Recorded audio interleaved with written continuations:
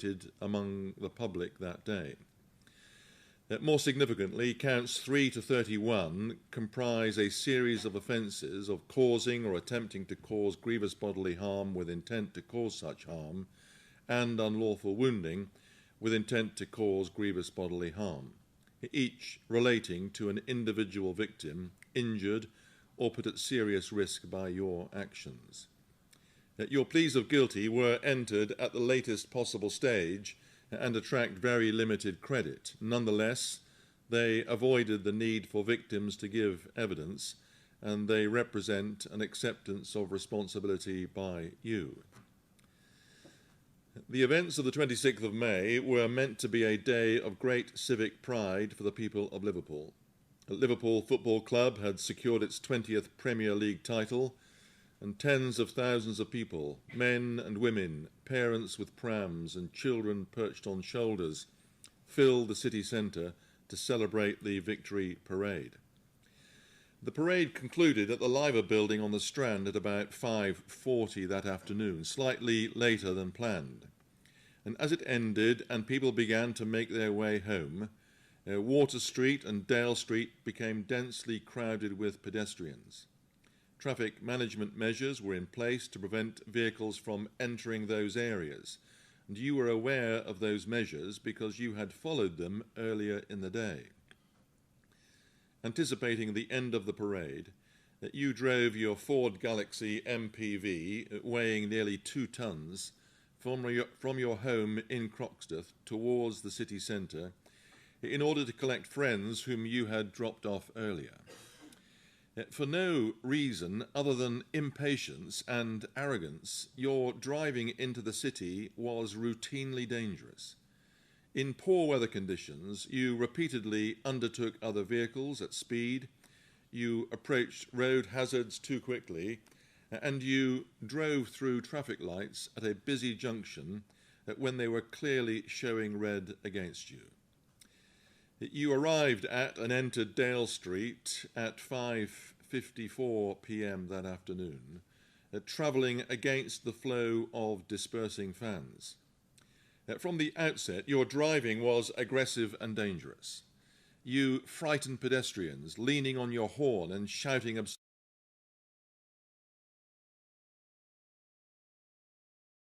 required to filter right onto Exchange Street East. You decided not to do so. Instead, you made the conscious choice to drive past the cones and into the heart of the crowd.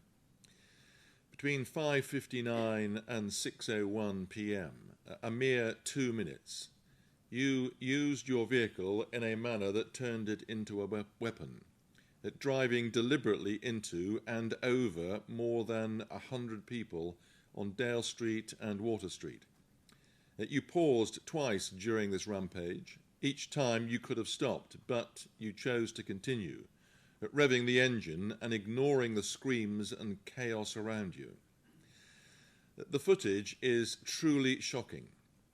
It is difficult, if not impossible, to convey in words alone the scene of devastation you caused. It shows you quite deliberately accelerating into groups of fans time and time again. You struck people head-on, knocked others onto the bonnet, drove over limbs, crushed prams, and forced those nearby to scatter in terror.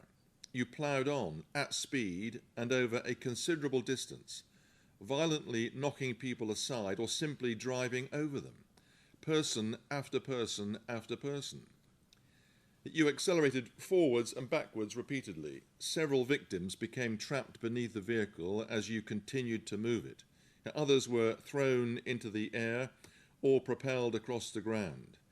A number of witnesses, including serving police officers, describe you continuing to press the accelerator even when people were visibly underneath the car. You shouted expressions of frustration, or rather your shouted expressions of frustration underline your state of mind at the time.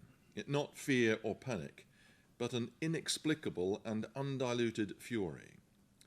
Your vehicle only came to a halt on Water Street due to the heroic actions of a member of the public, Mr. Daniel Barr, who jumped into the back seat and shifted the automatic gear selector to the park position, combined with the sheer number of bodies trapped beneath the vehicle. Even then, witnesses, including those pinned under the car, heard you continuing to depress the accelerator, attempting to drive on. And your actions prevented, or rather his actions, Daniel Barr's actions, prevented further injury and may well have saved lives.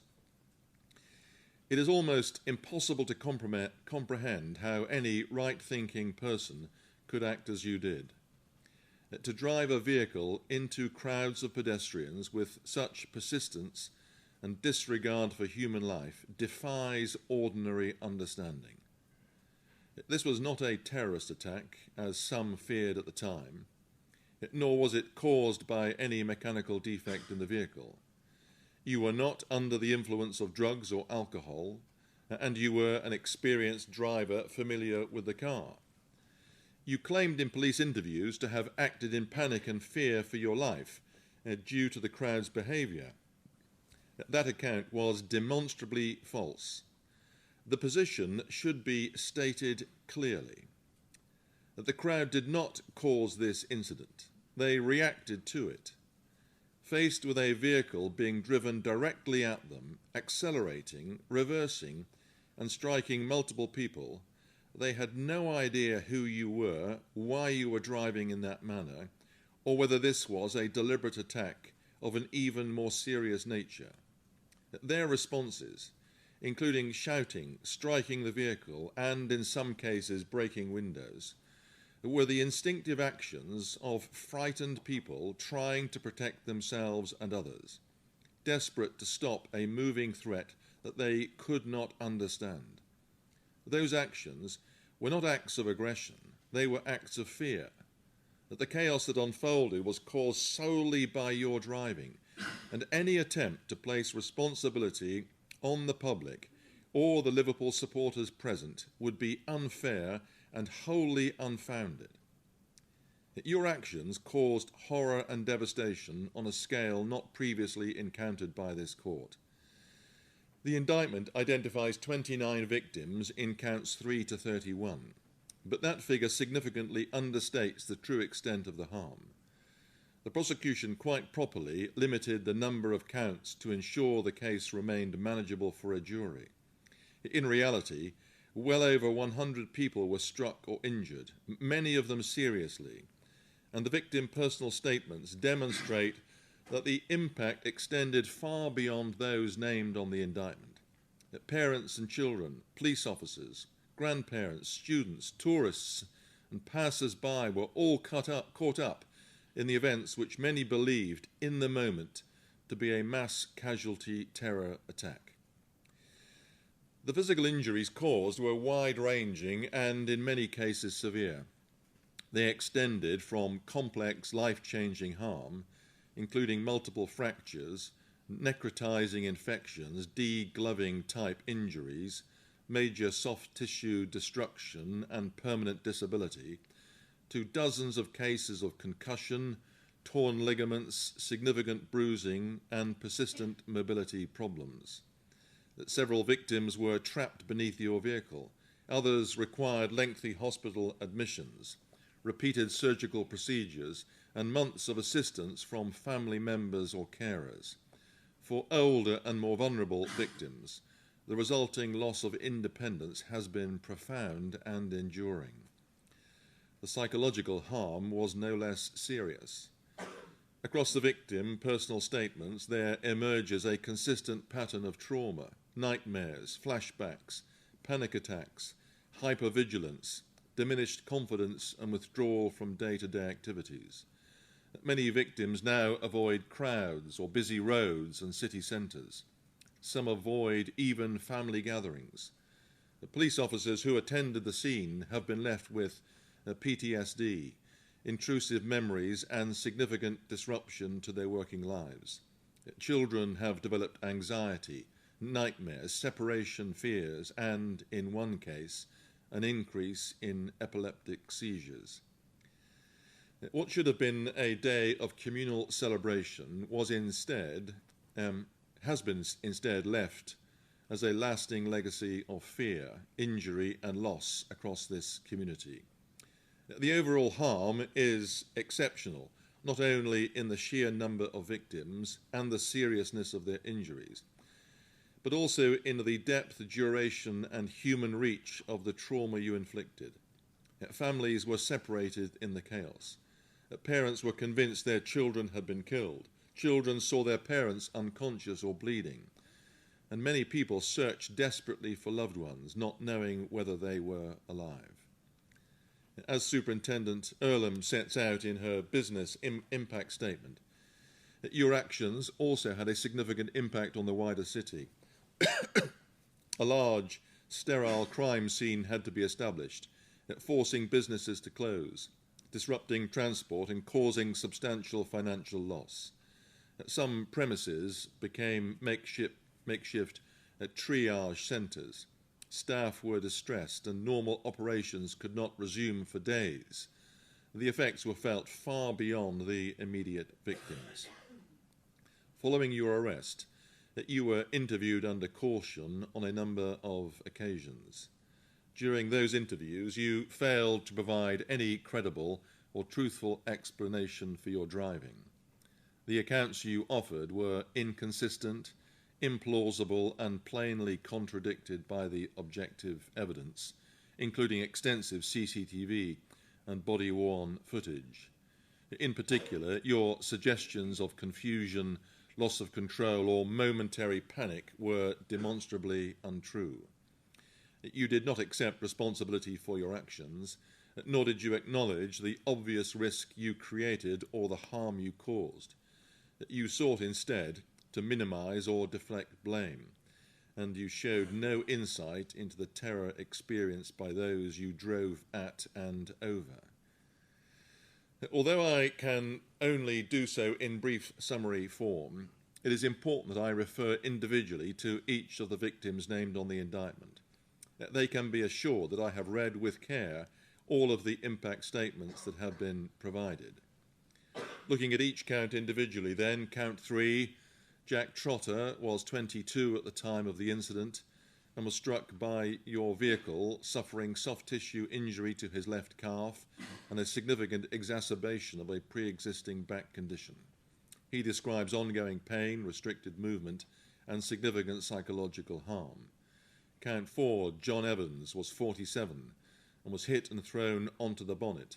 He suffered pain to his right leg and reports psychological symptoms arising from the incident. Count 5, Scott Doyle, was 36 and sustained injuries to his right knee, lower back and right hand. He was unable to work for approximately 2 months and continues to experience flashbacks and psychological distress linked to the accident.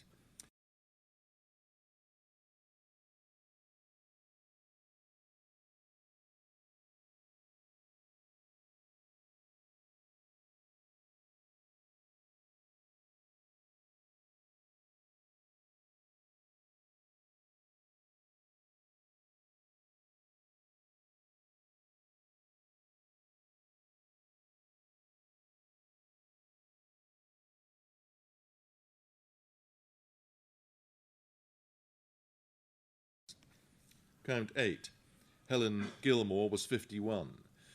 She sustained a fractured left fibula, a sprained ankle, extensive soft tissue injuries and bruising to her elbow. She describes lasting pain, reduced mobility and a persistent emotional impact on both herself and her family.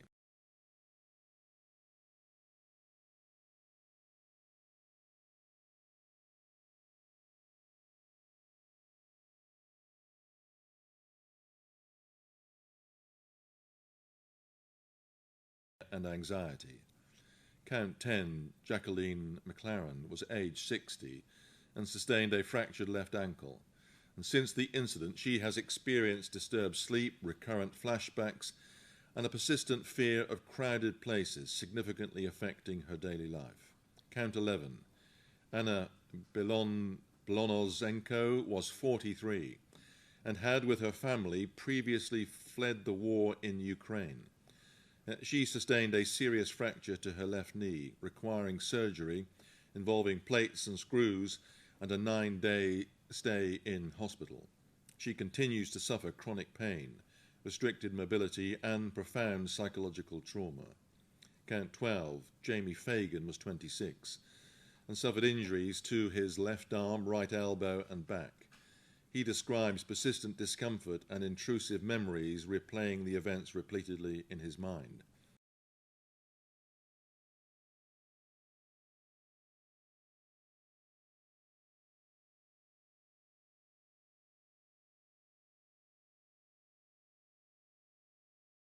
Traumatic stress disorder.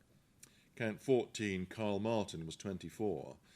He was struck by your vehicle and was on the ground behind it as you reversed towards his head.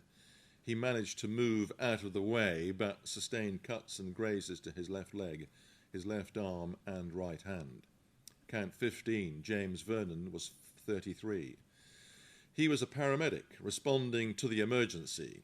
He sustained grazes to both hands and his left knee, together with hip pain. He describes ongoing psychological symptoms, including disturbed sleep. Count 16, Simon Nash. 52, was thrown into the air, sustained a significant head laceration, 4 fractured ribs and extensive abrasions. He was unable to work for months afterwards and describes lasting physical pain and psychological impact. Count 17, Teddy Everson was aged only 6 months. He was in a pram at the time, which was struck during your driving. Remarkably, he did not sustain physical injury. Count 18, Cherie Aldridge, aged 36, suffered a severe degloving injury to her left thigh, requiring an 18-day stay in hospital and ongoing medical treatment. She feared she would die and describes prolonged pain, scarring and being robbed of the maternity leave that she had anticipated. Count 19, Emily Wright was 28. She sustained bruising to her foot and a soft tissue injury to her chest. She has since been diagnosed with PTSD and continues to relive the image of her son's pram being struck during the incident. As she says, the horror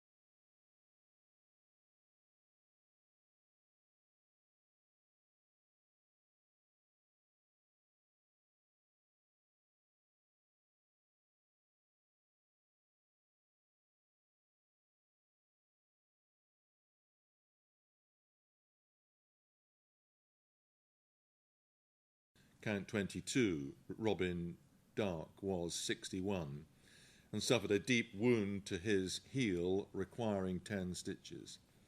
The wound became infected, leading to 5 surgical procedures, 9 nights in hospital, 3 months in a wheelchair, and permanent scarring. He describes his retirement as having been utterly ruined. Count 23, Sam Alexander, was 31 and sustained a fractured ankle and multiple fractures to the midfoot, together with cuts and grazes. He describes ongoing pain, reduced mobility, and feelings of guilt that he could not protect his partner. Count 24, Hannah O'Neill, aged 30, sustained a fractured ankle which continues to affect her mobility. She describes a profound loss of confidence and emotional distress, with her wedding plans being postponed as a result. Count 25, Stefan Detlaf, was 73 and suffered 4 broken ribs, together with cuts and bruising, and required an inpatient admission to hospital for 5 days. He describes continuing psychological symptoms affecting both himself and his family. Count 26, Christine Zieks, was 66 and sustained 6 broken ribs, a hemothorax, subcutaneous emphysema, fractures to her fingers, and a wrist fracture, and she was in hospital for 4 days. Count 27, David Price was 44 and suffered a laceration above his right eye, a swollen cheek and black eye, together with back pain and cuts to his knees. He experienced shock and distress after being struck by the car. Count 28, Susan Pacey was aged 77. She was one of those who were recovered from underneath the vehicle. She is fortunate not to have been killed. She sustained multiple fractures, including to her forearm, collarbone, pelvis, spine and ribs, together with a broken nose. Multiple bruises and grazes to many parts of her body and head, and she required surgery and spent 27 days in hospital. And she continues to suffer severe physical limitations and psychological distress. Count 29, Aaron Cothliff was 17. He was found under the vehicle and sustained extensive abrasions, bruising to both legs, a sprained knee, shoulder bruising, and a small fracture to the tibia, complicated by infection. His mobility was affected for months, his education disrupted, and he describes significant psychological impact. Count 30, Ethan Gilland was 17. He also was recovered from beneath the vehicle. He sustained a large area of gravel rash to his back, abrasions to his knee and ankle, and a soft tissue injury to his leg as a result of being struck. Count 31, James Weston, aged 40, was struck by the vehicle and suffered cuts and grazes together with pain to his hip, elbow and knee.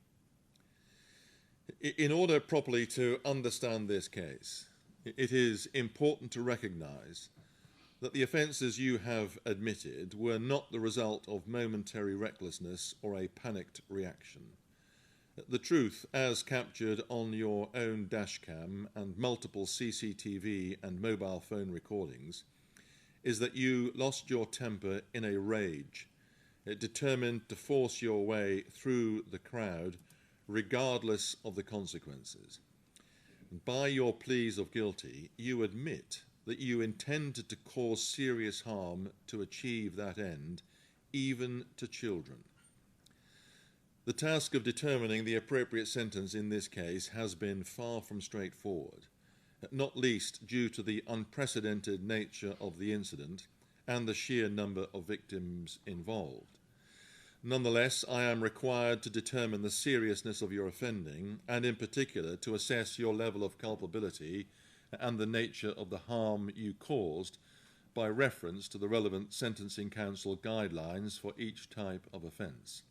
Also, although a large number of people were affected by your actions, I make it plain that you will be sentenced only in respect of the offences charged on this indictment.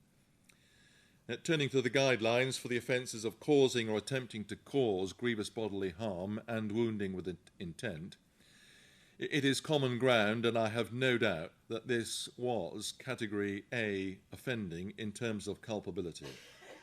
That conclusion is indicated by a combination of factors. Firstly, all of your victims were vulnerable because they were pedestrians of all ages and abilities, confronted by an oncoming vehicle travelling at speed while hemmed in by dense crowds. Secondly, you used your motor vehicle as a highly dangerous weapon, or at least as a weapon equivalent. When deliberately driven into a crowd of people, the car was capable of inflicting grave and fatal injuries, and that is precisely the risk you chose to create. And thirdly, there was an element of persistence in your actions. You had repeated opportunities to stop, but you chose instead to continue regardless. Some of your victims suffered injuries that fall within the highest level of harm, Category 1. That is because the impact resulted in permanent injury, including psychological condition, that has had a substantial and long-term effect on their ability to carry out their normal day-to-day activities. Examples of this level of harm are to be found In count 28, Susan Pacey, and count 22, Robin Drake. Others suffered injuries falling just short of this level of harm. The starting point for a single Category 1A offence is 12 years custody, with a range up to 16 years. The starting point for a single Category A2 offence is 7 years custody. Of course, I am not concerned here only with a single offence.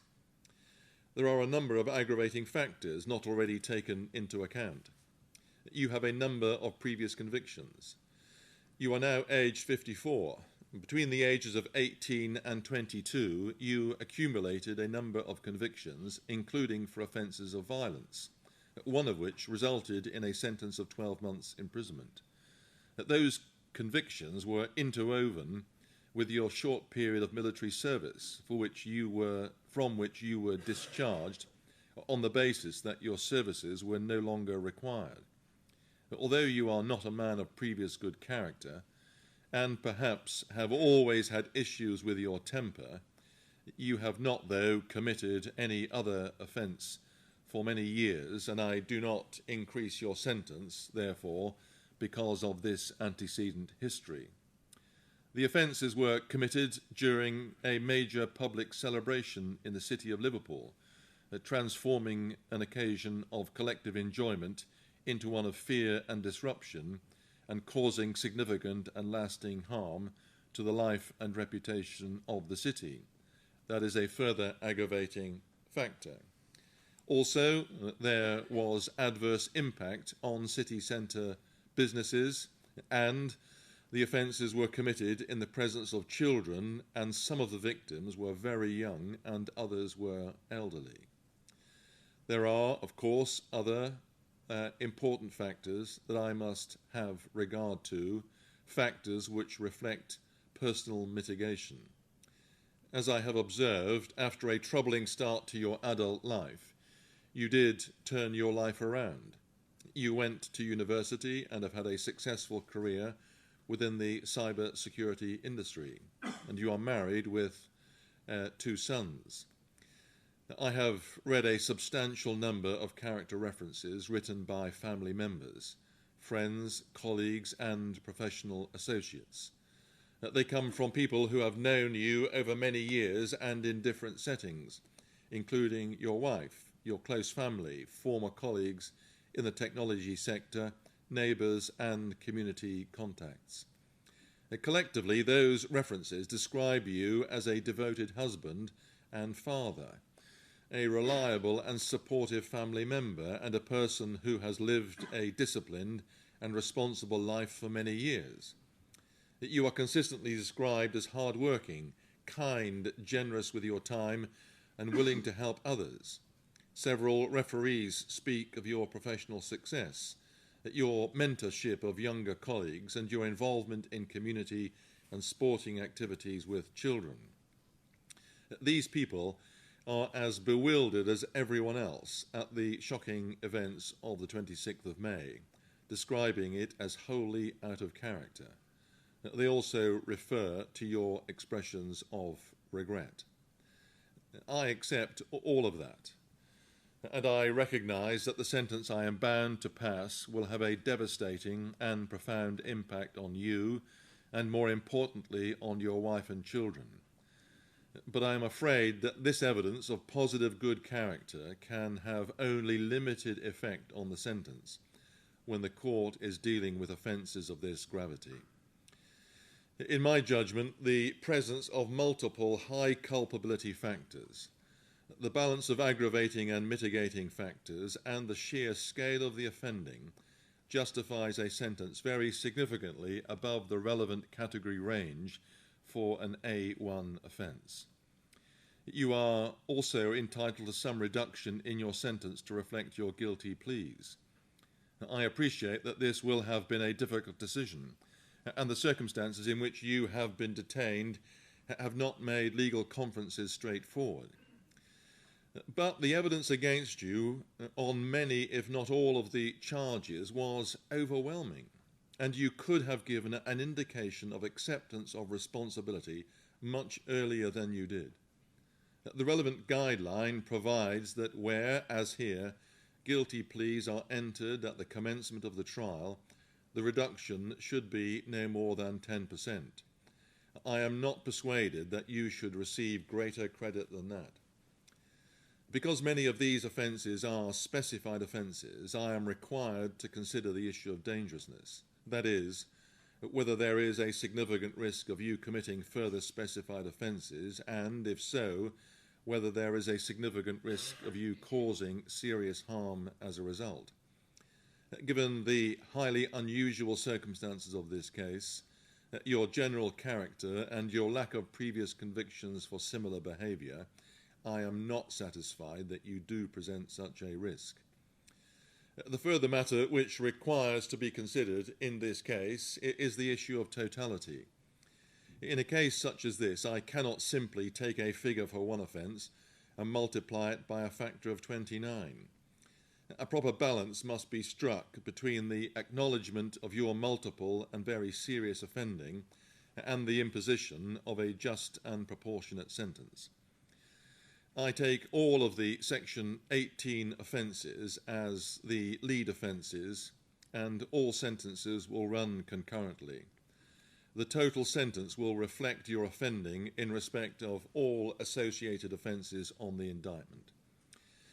In the circumstances, the total sentence which I impose upon you is one of 21 years and 6 months imprisonment. It would have been 24 years after trial. This will comprise sentences of 21 years and 6 months on each of the 12 Section 18 grievous bodily harm and wounding offences, sentences of 16 years on each of the attempted Section 18 offences, and sentences of 20 months on each of the offences of affray and dangerous driving. As I have said, each of those sentences will run concurrently, making a total sentence of 21 years and 6 months. You will serve 2/3 of that sentence in custody before you are released on licence. If you fail to abide by the conditions of your licence, you can be returned to serve some or all of the remainder of that sentence. For the offence of dangerous driving, you will also be disqualified from holding or obtaining a licence to drive, and you will be disqualified until you have passed an extended retest. Many people will think that you should never be allowed to drive again, but I must also consider your prospects for rehabilitation. I intend to impose a disqualification from driving that will operate for a further 3 years after your eventual release. The total period of the disqualification from today's date that comprises a combination of extension and uplift to reflect the term in custody you will serve. To spell this out, the period of discretionary disqualification is 3 years, plus 10 months extension representing half of the custodial term for the offence of dangerous driving, plus 13 years and 6 months uplift to reflect the sentences imposed on the other offences. Because the disqualification cannot be backdated to the date you went into custody, I consider it right to reduce the discretionary period by 6 months to take account of the approximate time you have already spent in custody. The total disqualification from today's date will therefore be 16 years and 10 months. This is not intended to be a mathematical calculation, but it should ensure that upon your release you will be subject to disqualification for a period of around 3 years. Mr. Doyle, you may now go with the officers.